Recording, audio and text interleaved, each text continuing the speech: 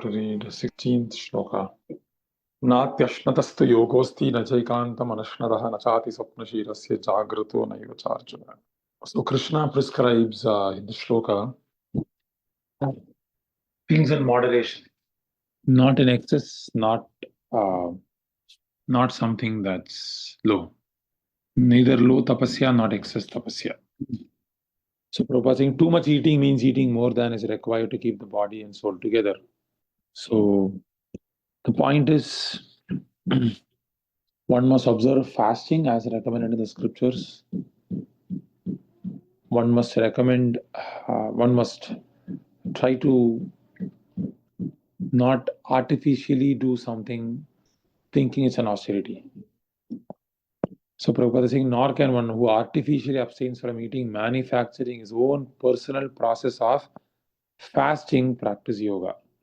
So Prabhupada is saying one who eats more than required will dream very much while sleeping. And anyone who dreams more while sleeping, Prabhupada is saying very interestingly, he will sleep more than required. And Prabhupada is saying one should not sleep more than 6 hours daily. One who sleeps more than 6 hours out of 24 hours is certainly influenced by the mode of ignorance. A person in the mode of ignorance is lazy and prone to sleep greatly. Such a person cannot perform yoga. So the right time of eating and the right amount of eating is necessary. Krishna saying nati ashnataha. So this is something I need to practice first before preaching. But something I'm still in the works, especially sleeping at the right time, eating at the right time. So na ati ashnataha. So one is eating too much. Ati ashnataha. To yogasti na chaikantam anashnataha. If one does not eat at all. Anashnataha. Na cha ati swapnashilasya. Too much sleeping. Swapnashilasya. So Krishna is using a very interesting word for oversleeping, and which is what Srila Prabhupada is wonderfully expanding. He uses the word swapna shilasya. Shilasya. Shila means one who's very good at something. So swapna shilasya, one who's sleeping, one who's dreaming a lot. Literally translated. So jagrato naiva charjana. If one wakes up too much, then it's not possible. So the point is a regulated lifestyle. So many of the diseases, Prabhupada says in another purport, is because of an unregulated lifestyle. So something I am, again, as I said earlier, something I need to practice more than I can preach here. So, but one thing we can understand is you can wake up early morning every day on time, then that actually solves most of the problems of life, health, spiritual life, everything. So Prabhupada is saying in another place, the same purport, anyone who eats for sense pleasure or cooks for himself, not offering his food to Krishna, it's only sin. Usually it's mentioned in Shastra, one should not cook for oneself. Same eating. It's not like in a bachelor, I cook and I cook for myself, I cook and then I put it on the plate and eat for myself. So we see this in a lot in today's world, right? People cook and after cooking, they put it on the platter and they taste it and they eat. Most of the YouTube cooking channels are all about this, right? So they cook and they eat for themselves. So I forgot which Shastra it is. I think it is Manu Smriti, but I could be wrong here. It says anyone who cooks for himself, the Shastra says, he actually verily eats sin.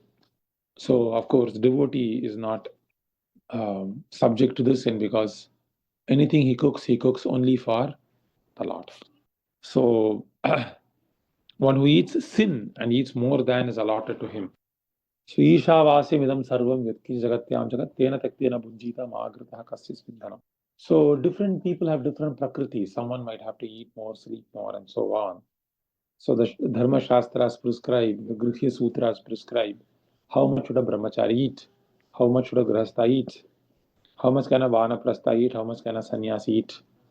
Like Bhima and Yudhishthira don't eat the same quantity, right? So even when the Pandavas were in exile, if my memory serves me right, 50% of what they collect when they were in exile would go to Bhima, and the rest 50% would be shared by everyone else, Kunti Devi and all the four Pandavas and then Draupadi. Someone, if I'm mistaken here in the quantity, someone can correct me. That's because Bhima is more, is Vrikodara. He eats a lot. So naturally Bhima has to have a different diet. So one cannot think Bhima eats flesh. No, one cannot say Bhima eats flesh, I'll also eat flesh. So everyone's diet is different based on one's varna and ashrama. But in Kali Yuga, these animal sacrifices are all not allowed. And anything we do in terms of meat eating also is culpable for sin, because the means of killing the animal are all not appropriate. But traditionally, we must understand the foods one can eat and how much one can eat is widely different based on one's uh, varna and ashrama. And whether one is a Stri, one is a Brahmana, he can sustain himself on, on low food. So you can't put everyone in one bucket. So that's why the Ishavasya Upanishad says, Tena Tyaktena Bunjita. What is allowed for you? And we can't enjoy more than we are allowed. Say, based on my body, I can only eat so many sweets, or I can only eat so much ghee, so much oil. If I eat more, what happens is that I get diseased. Because the Shastra prescribes that this is how much you can enjoy. Karma is something you cannot change actually. If I have to eat only so much, you have to eat so much. If I overdo it, then I have to suffer. And that suffering, no one can stop. No one can stop. If I have to suffer, it could be wealth, it could be health, it could be relationships. If I have to suffer a prescribed amount, I have to suffer a prescribed amount. No one can change it. No one. Except the Lord, of course. And the Lord might not want to change it for my purification. That is also there. And a devotee also might not ask the Lord, a pure devotee, please change it, because he also understands Krishna is trying to purify him. So, tena taktena bhunjita, everyone must eat and enjoy, and everyone can only enjoy as much as he's allowed to enjoy. So, people have a lot of facilities in today's world. It could be more facilities in eating, so Swiggy, Uber Eats, Grubhub, but people are also getting diseased earlier, more earlier than they used to. People lived a healthier lifestyle in earlier times. But because people we are enjoying more than we are supposed to enjoy, it could be eating or mating.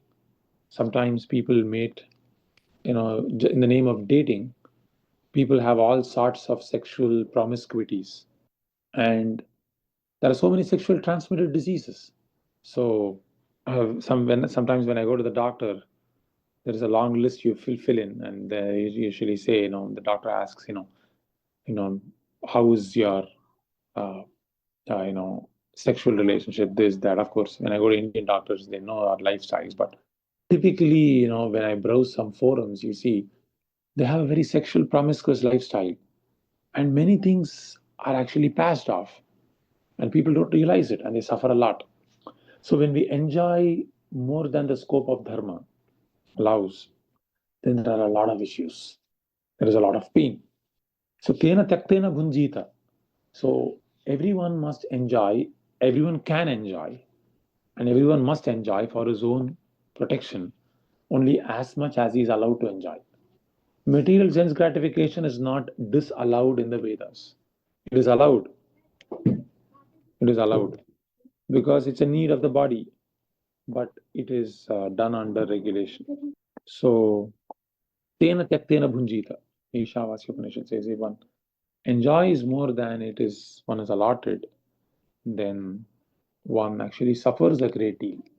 Aghayuhu indriyarama moham parthasipati. Moghasha moghkarmana moghajnana vicherasaha rakshasi masurim chaiva. Rakshasi masurim chaiva prakriti mohinim shraddhaha. So people are bewildered. Aghayuhu indriyaramaha. So everyone must make sure that one doesn't enjoy more than that is allotted for him. And one must not be afraid of suffering. In the material world, people are very afraid of suffering. So a devotee should not be afraid of suffering, because whatever suffering one has to go through must be gone through. No one can stop it. And it is for my own purification. So why should one be afraid? And no one can stop it. Your company cannot stop it by giving you more money. Your doctor cannot stop it by giving you medicines. Your spouse cannot stop it by giving more emotional comfort. Whatever insults I have to experience in this world, I have to experience. We can't escape it because karma is allotted, karma is fixed. My pain and suffering and my pleasures are fixed. And if I have to enjoy something, no one can take it from you, take it away from you also. I'll get that job when I have to get that job. I'll be healthy when I have to be healthy. I'll enjoy married life, good food, good children. I have to enjoy. So enjoyment allotment is there, suffering allotment is there. So devotee is not bewildered by changing suffering and enjoyment, and is fixed in his duty of going back to Godhead. Hmm. So we must be regulated. So if we are regulated, we can actually, dharma is basically regulation. So if you are regulated, we are following dharma. And as I said yesterday, yoga means the constant factor. So there is more regulation when we talk about yoga, because what is the difference between yoga and dharma? Does anyone know? Can someone say what is the difference between yoga and dharma? Normal dharma. Can someone answer? Yoga is to do something which can connect to the Lord, whereas Why dharma will not connect us to the Lord, or what? Dharma is you should do what you're supposed to do in a. No, yes, that is also a connection to the Lord. That's why Krishna is saying, if dharma doesn't connect to the Lord, how will it lead to purification of the self, purification of the mind? Dharma is a connection to the Lord, for sure. Dharmasya prabhur achyutaha. So the Lord of dharma is achyutaha. So how can dharma not connect to achyuta? So what is the specific difference between normal dharma and yoga? Any yoga. Anyone who answers this nicely has understood it very well. Dharma is as per the scriptures. Yoga can be of different types. Yoga is also according to scriptures. Dharma is also according to scriptures. Everything, Shastra, Bhagavad Gita talks about dharma and yoga as well. Niyatam kuru karmatvam karma jyayo hya karmana sharira yatra pichate na prasiddhyeta karmana. Niyatam kuru karmatvam, do your prescribed duty. Niyatam, Shastra. Hariharan Prabhu. So my understanding is dharma will not may lead to liberation, but yoga definitely will lead to liberation, at least. It's a close answer. Okay, good. But why does it lead to why only it may? What is why is the may there? Because dharma, artha, moksha, kama. Okay. Dharma, artha, kama, moksha. Yeah. Okay. So what? So goal of dharma need not be liberation. Okay. So what is that separating factor in the activities of dharma and the activities of yoga? Dharma, we are not thinking of God. It's not for the purpose of No, serving God. you can't say that. No, you can't say that. Dharma, Dharma is for actually serving the Lord. So Krishna serving says, the Lord, but Sve karmani abhirataha samsiddhim labate naraha. But what I mean is that we are not intentionally thinking of no, not as necessarily. connecting. No, not necessarily. It can be so. One can think. That's why Krishna is saying, Sve karmani abhirataha. You performed your prescribed duty. So dharma is not bad, but I mean wholesale. I'm saying, but there is you came close, but there is some activity that separates the activities that fall under the umbrella of dharma and yoga. What is that? You came pretty close, actually. Anyone else wants to attempt? Yes, Shri Vidya Mataji. Go ahead, Shri Vidya Mataji. Krishna says Sarva Dharman Parityajya. Nice, Prabhu. Right, Prabhu? Correct. So that is yoga. Sarva Dharman Parityajya is yoga. Mam Ekam Sharanam Vraja is Bhakti yoga. When Krishna says Sarva Dharman Parityajya, it refers to all yoga. Right. But Mam Ekam Sharanam Vraja is Bhakti yoga. So yoga is basically uniting or connecting also, right? So that is what will connect us to Krishna. Dharma will also connect to Krishna. Dharma, just plain Dharma, I don't know, Prabhu, how it can connect to Krishna. I mean, Because it is the order of the Lord. Krishna saying, you shouldn't ask that question when you have read third chapter. Krishna saying, which is the shloka? Karma brahmodbhavam vidhi. Brahma karmas. What is the shloka? Annad bhavanti bhutani parjanyat anna sambhava yajñat bhavati parjanyo yajña karma samudbhavaha. Yajña karma samudbhavaha. Karma samudbhavaha yajña. Yajña is dharma.